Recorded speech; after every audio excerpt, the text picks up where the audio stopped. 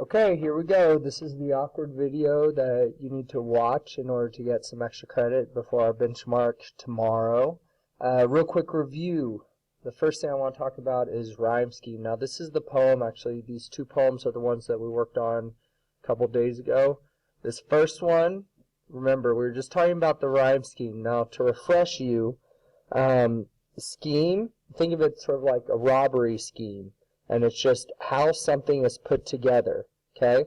So a rhyme scheme is how rhymes are put together. So we all know that all poems can rhyme differently, which is how they finish each line and how the end of that line rhymes with the end of other lines. Now this first one we talked about. Short would be A, because that's the first rhyme. Then the second one, spark. That would be a B. Then between. Well, does between rhyme with either of those? Nope, so that's a C. And then we have dark. Well, does dark rhyme with any? Yep, rhymes with spark. So we're going to give that B as well. So it goes A, B, C, B. That's the rhyme scheme. Now footsteps, does that rhyme with anything up here? Nope, so that's the next. So we have a D. Then floor, and so on and so on. As we can see, the rhyme scheme here is that rhymes, that rhymes, that rhymes, that rhymes. But it's sort of disorganized. The only thing that's organized about it is that the second and fourth line in each one rhymes with the one in that particular stanza. If we look at this one, soul and goal, well, those would both be A's. Birth and earth, that's B, so it's A, B, A, B. Now let's see if it keeps it going. Mind, nope, that's C. Worth. Oh, worth rhymes with earth, so that's back to B. So then we're going to go A, B, A, B, C, B, C, B. So the rhyme scheme is every other one rhymes. Now, when we're looking at this in comparison to the other one, not every other one rhymes. Just lines 2 and 4 rhyme. And then just lines, what is that, 6 and 8 rhyme. Here's another example.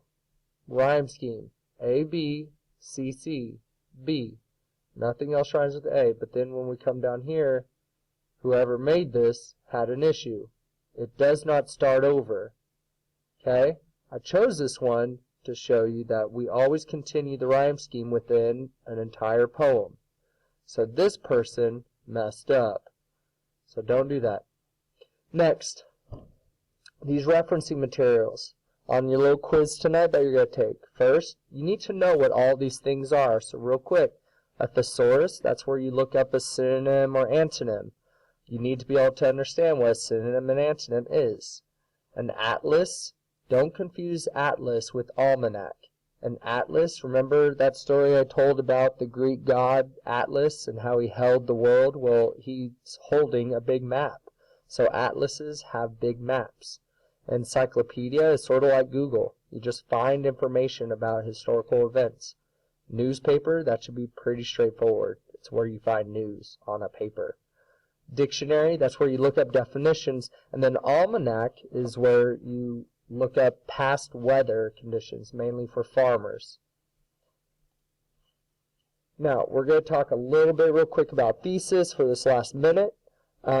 Today and in the past, remember the inverted triangle where we start with our hook and finish our thesis, and that's how we make our introductory paragraph.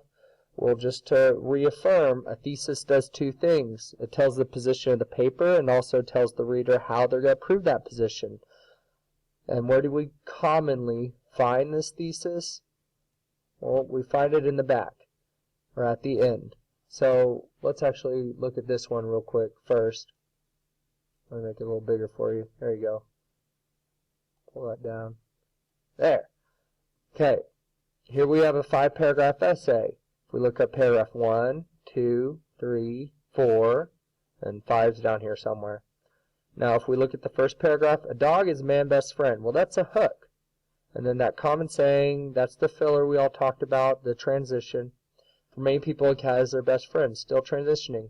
Then we have a definitive statement. Despite what dog lovers may believe, cats make excellent house pets. So that's the sentence that they're going to try to prove.